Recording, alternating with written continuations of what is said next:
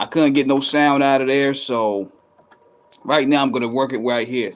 But nevertheless, man, King Eric is in the building. NWA, the nigga with attitude, got a chip on my shoulder. You know what I'm saying? So I'm going to continue what I was talking about last night. Big shout out to everybody that tuned in last night to the recap that I did on the Bone Thugs 3-6 Mafia versus. Now, this is interesting right here. It appeared that Swizz Beats is upset at Bone. I don't know if he was referring to as it was three. He was talking about 3-6 or he talking about Bone. I don't know, but hold on. I'm gonna read this to y'all.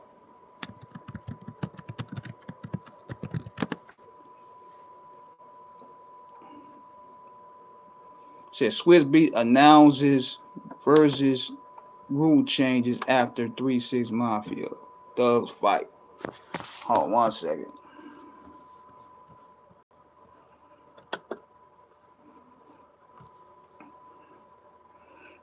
On Thursday night, Swizz Beats appeared frustrated as he lashed out at Bone Thugs and Harmony for their ridiculous demands, which included high booking fees and making the show start late so a Rikers prisoner can bless it before it starts, all while they showed up late and drunk. The Versus co-founder did not hold back as he dragged the group that blew up in the 1990s and is best known for songs such as Thuggish Ruggish Bone and Crossroads. According to Swizz, the group overcharged Versus as they demanded prices for their performance beyond what they were actually worth, and even though the show started late. New rule: if you don't start on time, you will not get paid on time. Versus is not free. They charge us like $5 they do non-black shows. Swizz Beats said on one tweet with a shocked enjoy and a shrugs enjoy. In another tweet, he, in essence, said the group was washed up but demanded current performance prices.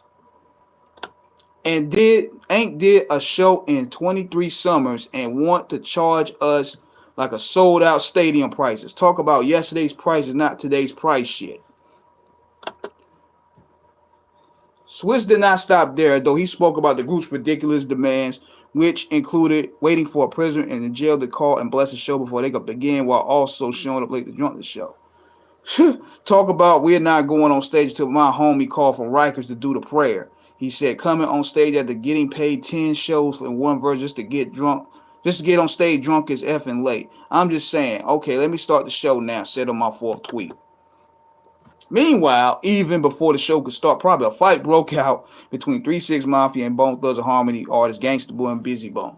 Busy claimed he was being mocked while he was being performed, and he threw a water bottle on the other side. The fight in the dust happened before the first guest appearance came out while the show was already late. Now, let me go ahead and say this. I understand where Swizz is coming from. Because let me tell y'all this. This is what's been Achilles' heel for Bone Thugs Harmony as a brand. When these niggas these niggas don't show up on time, or when all the members don't show, or you only get 2 thugs, you're not getting 5. That hurts the draw. That hurts the brand. And that's what's been happening with Bone in a way. Bone are not really your cut and coat industry guys, but at the same time, they're Achilles' heel to deal with when it comes to business and getting things properly booked. And Swizz don't usually go out off on nobody like that. Swizz actually signed them dudes to his label at one point. So it's kind of surprising seeing that he was going at Bone like that. And you can tell, I can kind of understand where he's coming from. Because I remember even when I went to Bone's show a couple years ago, niggas was like almost an hour and a half late.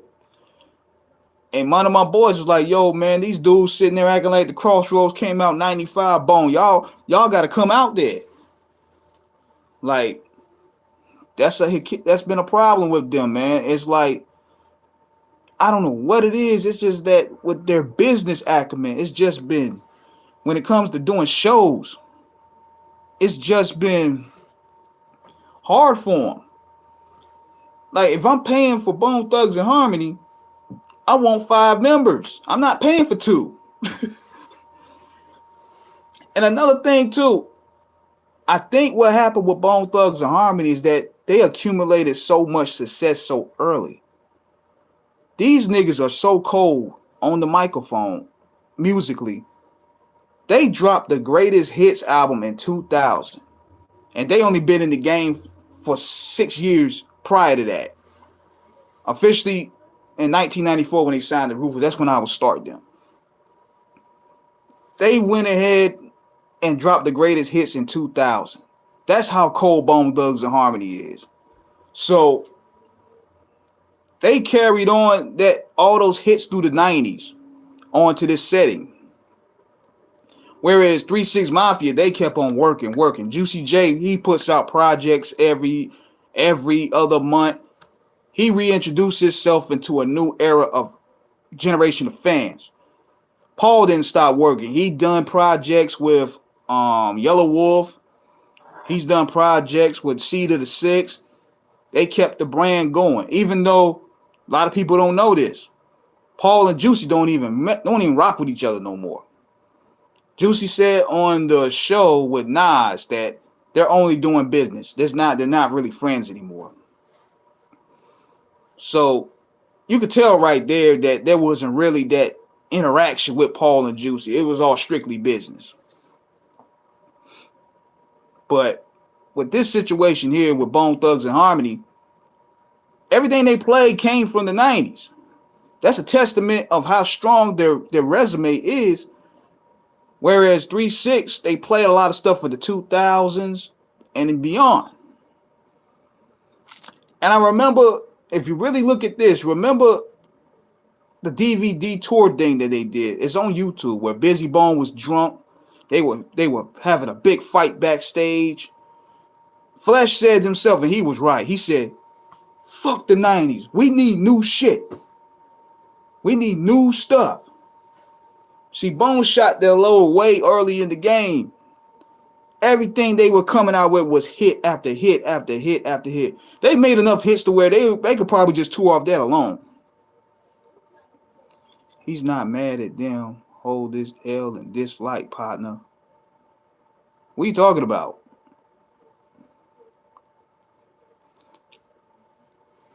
Talking about Swizz? Because I'm reading what Swizz said. He seemed like he was agitated with Bone Thugs and Harmony. That's what I'm reading right here. I mean,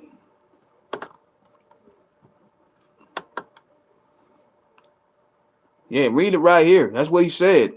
He deleted the tweet, whatever it may be. But going on to the next topic, man.